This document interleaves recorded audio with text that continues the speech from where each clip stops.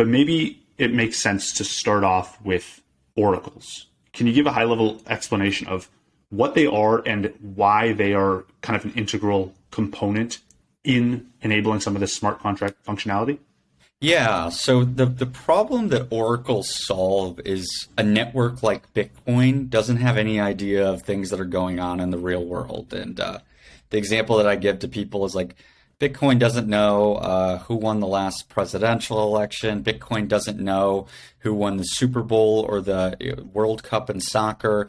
Bitcoin doesn't even know what the Bitcoin market price is. Like Bitcoin is just totally oblivious to all this information that occurs off chain in the the rest of the digital world, or in the analog world for that matter as well.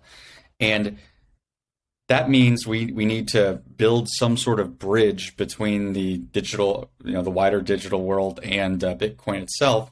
And the way you do this is with an oracle.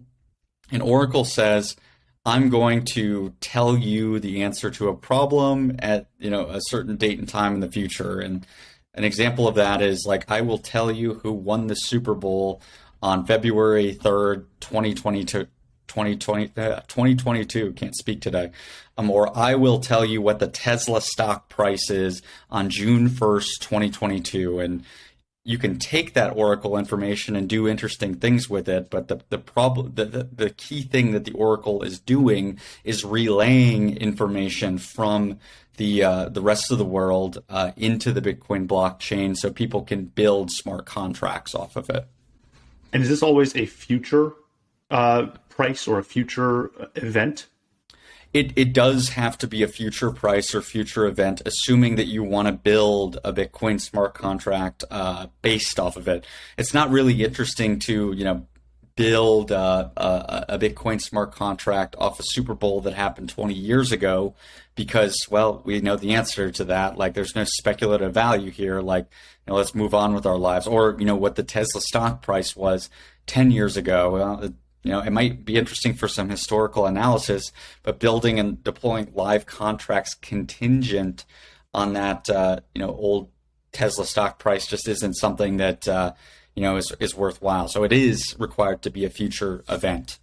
Right. Okay. And so that enables these predictions, and it enables figuring out what the value of something might be in the future. I know oracles play a really important role in checking asset prices, specifically on other chains right now, like in a lot of DeFi and stablecoin projects. Oracles are a very important piece to make sure you know what the price of an asset is, and constantly kind of checking the real world value of something.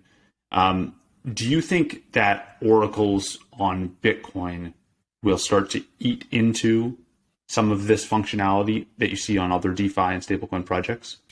I think, yes, I do think it will, for different reasons, though. I think the very attractive thing about what we see on other blockchain ecosystems is the fact that the market is literally on the blockchain, that you can go and trade against 24/7. This is the censorship-resistant financial markets idea I was talking about earlier. However, there still is value for oracles on Bitcoin, just kind of in a different lane. You can build these very private smart contracts between two individuals and settle, the bet privately rather than having it broadcast publicly across, the entire blockchain for, like you see on other blockchain ecosystems. So if you care more about privacy and you have your counterparty lined up, Bitcoin oracles make a lot of sense to use. If you don't care about privacy and you don't have a counterparty lined up, you might find more value in other blockchain ecosystems currently. How are oracles structured? Like, is there just one oracle everyone's using in Bitcoin? Are there many of them? How are they pulling data from the real world? I'd love to dig into that a bit more. Yeah, so anybody can be an oracle on Bitcoin. We have an application that you can go download to become an oracle. It's called Crystal Bowl. It's just a nice little standalone desktop application, or if you have an Umbrel node by chance, you can install Crystal Bowl there as well. And it's just a simple little application. You put in an event name, for instance, what's the Tesla stock price going to be on June 1st, 2022? 2022. And then you go share your Oracle information, your announcement information widely throughout the rest of the ecosystem, so people can build bets contingent on your Oracle. And we have a tool available to share your Oracle information with today. It's called the Oracle Explorer, and it's available at oracle.suredbits.com. If you go to that site, you can see a list of oracles published about all sorts of things like sporting events, financial market prices, like weird things like, is a certain block height's last bit 1 or 0? Just did Elon Musk attend Austin BitDev? There's just all sorts of like random things that people have put on there and are betting on. And I encourage your listeners to go, if they want concrete examples of what oracles look like, go to oracle.suredbits.com and scroll through the site, and you'll see what I'm talking about. Interesting. So I can go today and use Crystal Bull, and I can be an oracle for an event and say, like, who's going to win the NBA Finals, and I can host that, and that all of a sudden goes onto your Oracle Explorer, and anyone can bet on that. Is that correct? Yeah, exactly. So last weekend, for instance, we're recording this on February 28th, and last weekend I was doing Twitter bets for folks based on soccer matches, and I don't even know who the Oracle is. The Oracle's name is Carante. I don't know if you speak Spanish or not. I don't.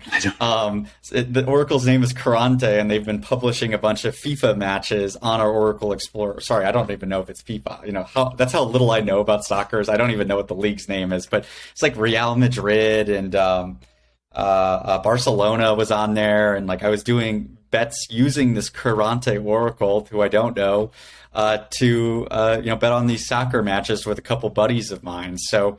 That's available today. You can go find them. And, if you wanted to publish an NBA Finals, Oracle people might bet on that too. So, anybody can do this today.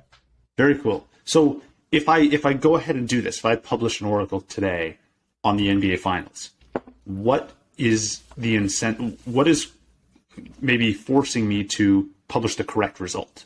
Could I say, no, actually this team won, even though they didn't? Yes, you absolutely can. And this is, kind of the Oracle problem in general with any sort of ecosystem that's dependent upon oracles. You are trusting the Oracle to tell the truth. And there's no way I'm aware of to get around that. It's very important if you're doing things based on oracles that you're using a trustworthy oracle, because that is where you're placing your trust in the system. In Bitcoin, we have some mitigations for that trust. Like, for instance, the oracle doesn't know that you're using them unless you choose to reveal yourself.